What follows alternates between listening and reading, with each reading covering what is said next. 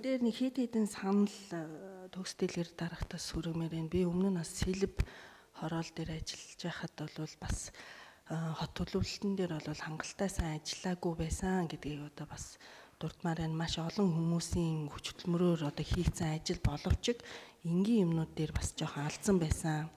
Жишээлбэл тухайн байршлынхаа агаарын урсгал бол Улаанбаатар хотын агаарын урсгал бол Чингэлтэй тэр 7 буудлаар бол орж ирдэг тийм төлөвлөлтөй байсан. Тэгээд манай барилгуудыг ерөөсөө агаарын урсгалын хагаа дандаа хөндлөн болгосон байсныг би байгаль орчны газрын дарагтаа ярьж байгаль орчныхантайгаа судалгаа хийж тэрийг төлөвлөлтийн бүгдийг одоо хөндлөн болгосон. Хоёрд бол нарны тусгалыг ерөөсөө нэг талд нь үйлчлээд одоо нөгөө талд нь одоо үйлчлэхгүй нөгөө талд нь хүн амьдрахгүй юм шиг энэ төлөвлөлтийг бол гаргасан байсан. Тэгэхээр төлөвлөлтөн дээр маш сайн анхаараарай гэдгийг бол хэлмээр байна.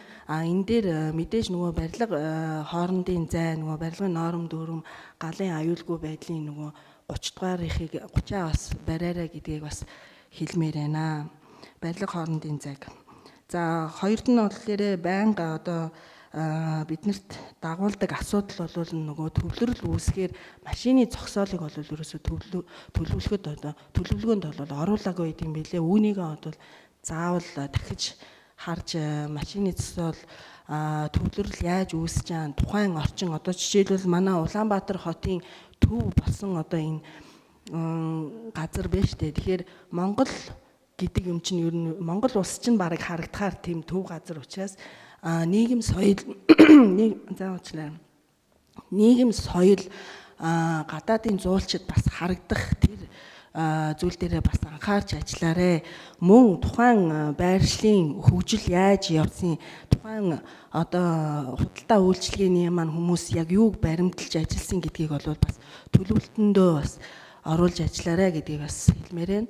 За дараагийнх нь нэг асуудал бол 24%-ийг бол авч үлдэнэ гэж байна.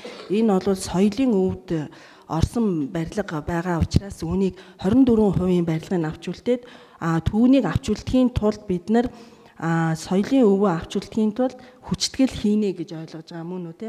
Тэр хүчтгэлийг бол хийх боловсон хүчин бол байгааг бол би мэдэж байна. Шүтээст бол тэр чиглэлээр бол сая Дүнхүрж багш хэлнэ хамгаалж ирсэн Японд болон дотоодын олон профессорууд зөвлөгөөд байгаа.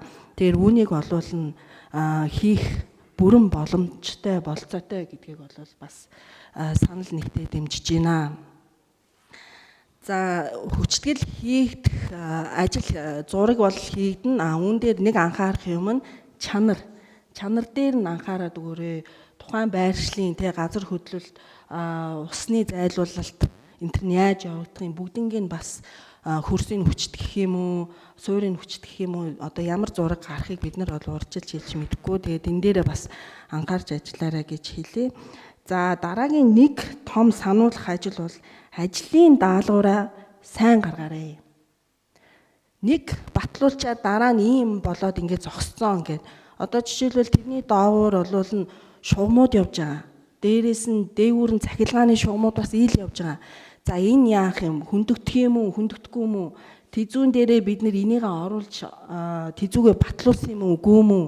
Гэдгийг дахиж бид нэр бас хараарай. Тэзүүн дээрээ шугамуудын болон ил далд шугамуудынхаа ажил яаж хөндөгдөж байгаа юм бэ гэдгийг бас давхар оруулаарай. Тэгээд ажил эхэлсний дараа ийм ч төгрөг, тийм ч төгрөг гэж дахин одоо бидний энэ төсвийн мөнгнөөс бас аваад байх ажил гарчихгүй.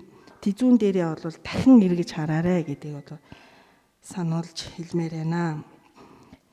За шугам болвол нь хуучны барилга учраас тэр чигээр бол солигдно.